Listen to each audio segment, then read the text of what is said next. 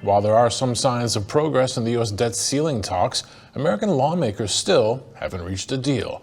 Well, joining us now with 4 potential scenarios on where things could go from here, Christian Medeiros, portfolio manager with TD Asset Management. Christian, great to have you back on the show. Thank you.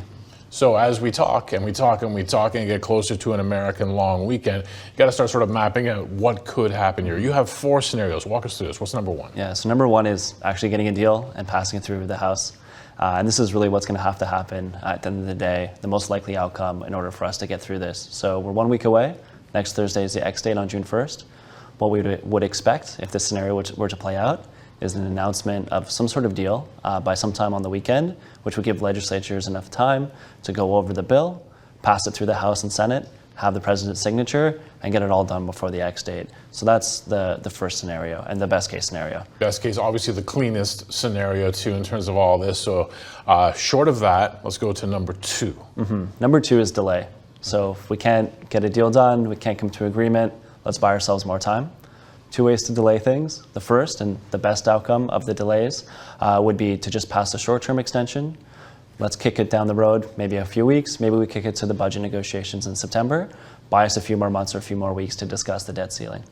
The second issue, the second way of delaying it, this is much more problematic, but it's technically possible, is the Treasury could decide, if we go through the X date and don't have any deal, we haven't raised the debt limit, hey, let's just prioritize payments only on principal and interest, and so that way we avoid a default for the US government. The problem with that, though, is that there's a lot of other expenditures the Treasury has to make, and without the ability to raise new debt, they won't be able to cover a lot of those expenditures.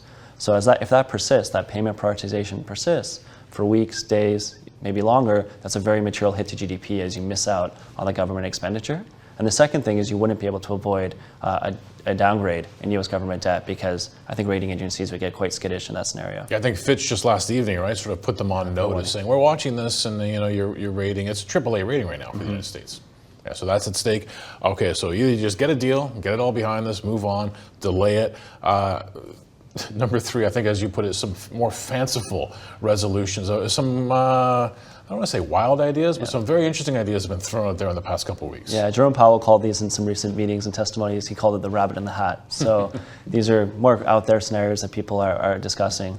One would be a $1 trillion coin. So technically the Treasury could mint a $1 trillion denominated coin, deposit that with the Fed into their Treasury general account, and then spend that and not have to worry about raising new debt.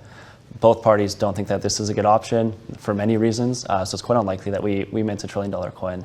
The second one that's talked about a little bit more is called the 14th Amendment. Technically in the U.S. Constitution, there's a 14th Amendment that says the U.S. debt needs to be honored effectively. It's very debatable whether the Supreme Court and legal challenges would stand up if the president were to say, I invoke the 14th Amendment, Treasury continues to issue debt, let's void the debt ceiling, it's unconstitutional. What would happen in that scenario is that any debt issued after that 14th Amendment would be a second tier of Treasury because people would be unsure if the Supreme Court would say, hey, it's valid, or hey, this isn't valid. So that's a very risky scenario, and we don't think that would happen unless we're in the absolute worst case scenario. Okay, that sort of leads us, I think, into number 4, a worst case scenario here. Yeah, the worst case scenario would be an absolute default. Again, we have 2 parties playing a game of chicken. We're getting closer and closer to the cliff. But as I mentioned, there's a number of parachutes that would prevent us from getting to a default. Could delay it, could use debt prioritization, just paying those interest payments. We could use the 14th Amendment, maybe some other wacky scenarios. But if all those were to fail, then there would be a default because we would be missing interest payments on those debt after the X date. So that'd be the worst case scenario. That'd be a severe market event. That would, really challenge. Do we even understand the implications of that market event? I've talked to people who basically said because you'd be in the sort of uncharted territory, we know it would be serious, but we can't say this, and this will happen because we simply don't know. We don't. So one is an operational consideration. It's a bit like a Y2K event. We've never dealt with U.S. Treasuries defaulting before. Our brokers, our platforms, are everyone ready to deal with defaulted Treasury securities? Are the technology systems on the back end of the financial markets prepared to deal with that? Would it still be allowable as collateral? If not, then we could have pretty severe liquidation events or concerns in a default scenario. The other aspect is the U.S. government debt is the risk-free asset for the entire world. It's a very important asset class, and so if that were to be called into question, that would raise a whole bunch of issues for all asset classes. So I think that would be a very negative market event, but it's one that there's a lot of mechanisms we have in place to hopefully avoid. Now, investors could be forgiven given the track record of the past decade or more that when you run into some kind of trouble, central bank, the Fed, just rides to the rescue. If you do end up in a default scenario, is there anything the Fed can do?